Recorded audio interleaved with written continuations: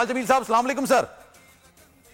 वालेकुम सलाम, कैसे हैं आप? अल्लाह का शुक्र है सर। एहसान कुरैशी साहब ने भी मुझे ज्वाइन किया। लेकिन इकबाल जमील साहब सर, ये हम तो कह रहे थे भाई आ जाओ, कोई भी ऑस्ट्रेलिया वालों, न्यूजीलैंड वालों, साउथ अफ्रीकन हो, इंग्लैंड हो, भारत के सूरमा जो आ जाओ भाई, हमारे पास तो वसीम वक्कार और शोएब दोबारा से आ गए।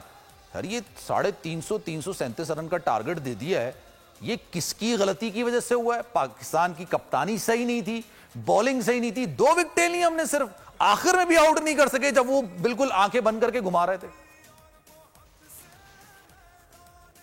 भाई आप ये कह सकते हैं कि ये बुरा दिन था और मुसलसल वेट कर रहे थे और नेचुरली थोड़ा सा प्रेशर भी था पाकिस्तान का फेवरेट होने का। लेकिन मेरी याद समझ में ये नहीं आई कि बाबर आजम साहब को देखें, वही जो बात हम 2-3 दिन से कह रहे थे कि आपके पास एक स्पेशलिस्ट ये होना चाहिए था, स्पिनर होना चाहिए था। दूसरी बात है कि हारिस रऊफ का इतनी देर में मैच शुरू होने से सिर्फ चंद मिनट पहले ये बताया गया कि जनाब वो उनको कोई हैमस्ट्रिंग हो गई है और किस टाइप की हैमस्ट्रिंग हो गई, यही कुछ समझ में नहीं आया। उसके बाद ये भी समझ में नहीं आया कि नसीम शाह को क्या प्रॉब्लम ऐसी हुई, क्या रिस्क में ऐसा मसला हो गया कि वो फील्ड से बाहर चले गए। तमाम ही बॉलर्स ऑफ कलर नजर आए। 79 तकरीबन 80 के करीब शाहिन शाह अफरीदी ने रन दे दिया। मतलब कुछ समझ में नहीं आया कि किस टाइप की बॉलिंग की उन्होंने। और सबसे बड़ी बात कप्तानी की बात यह कि आप ये देखिए कि जो इंडियन बॉलिंग कर रहे हैं बुमराह और सिराज, तो 2 स्लिप के साथ कर रहे हैं। हमारे जो कप्तान साहब हैं उन्होंने एक स्लिप भी नहीं ली, एक स्लिप भी। और वहां भी इकबाल साहब, मैं कल से इस बात पे रो रहा हूं कि आपके पास हारिस रऊफ अटैकिंग बॉलर जो आपको शुरू के 3 ओवर्स में विकेट निकाल के देता है और उसकी विकेटें इस तरह की होती हैं, तो बोल्ड मारता है या कॉट बिहाइंड होता है, स्लिप पे जाता है, उसमें उन्होंने स्लिप ही नहीं ली हुई, क्योंकि दूसरी तरफ से जो अशरफ साहब बॉलिंग कर रहे थे उनके पास भी स्लिप नहीं थी। हम बैकफुट पर आ गए थे सर।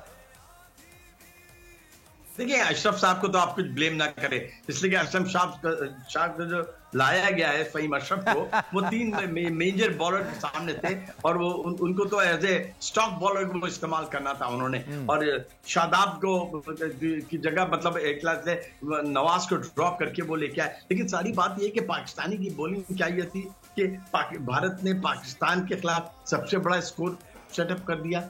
233 थर्ड विकेट के लिए उन्होंने स्कोर कर दिया, थर्ड विकेट की पार्टनरशिप के लिए।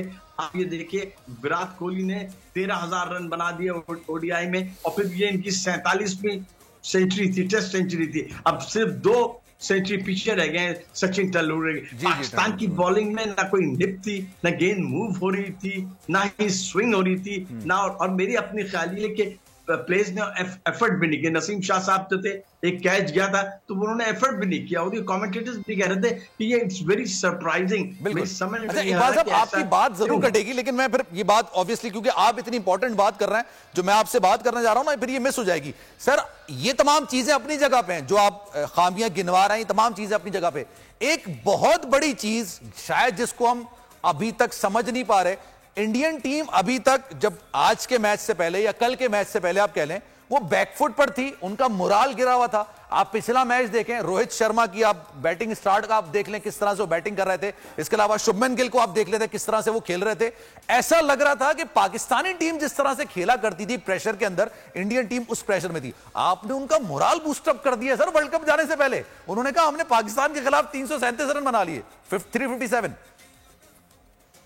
देखिए ये हमारा ख्याल है, हम समझते हैं कि जनाब ये इंडियन ज्यादा ये है कि वो बहुत ज्यादा शो ऑफ नहीं करते। आप ये कह रहे हैं, आपने शुभमन गिल की बात की, आपने रोहित शर्मा की बात की, दोनों 50-50 करके गए हैं जनाब ओपनिंग स्टैंड में। 121 रन का स्टैंड था आपके लिए उस जमाने, उस वक्त भी।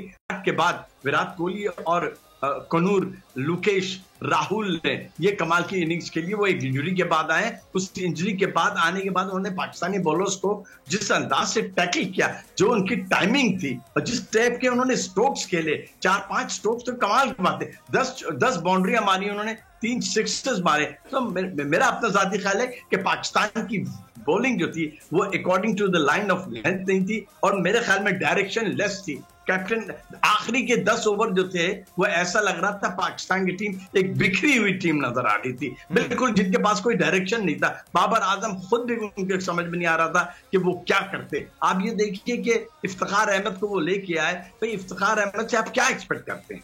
वो उनको तो आपने एक चेंज ओवर के लिए लेके आए थे ना। यहाँ आपका एक्सपोज होता है कि आपके पास एक रियल मानो में एक ओरिजिनल स्पिनर होना चाहिए था। भाई अगर शादाब फेल हो गए थे तो वो ओरिजिनल स्पिनर होना चाहिए था।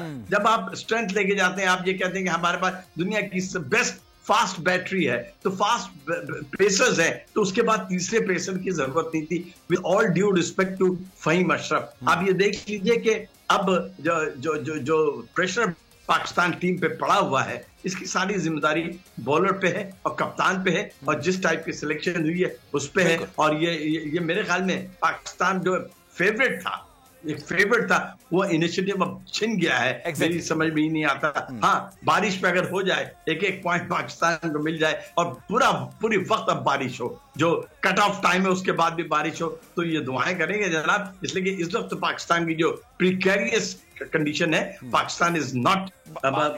सर आपने जो बात की है पैट्रियोटिक अंदाज में अगर मैं सोचूं तो बहुत अच्छी बात है कि हम दुआएं करेंगे, बारिश हो जाए तो हमें एक पॉइंट मिल जाए, हमें हजीमत का सामना ना करना पड़े, इतनी बड़ी शर्मनाक हार का सामना ना करना पड़े। लेकिन सर ये स्पोर्ट्समैन स्पिरिट होगी नहीं, क्योंकि आप तो माशाल्लाह एक क्रिकेट एक्सपर्ट हैं, लेकिन आपकी बात बिल्कुल दुरुस्त है। लेकिन सब्सक्राइब करें और बेल दबाएं ताकि कोई खबर रह न जाए।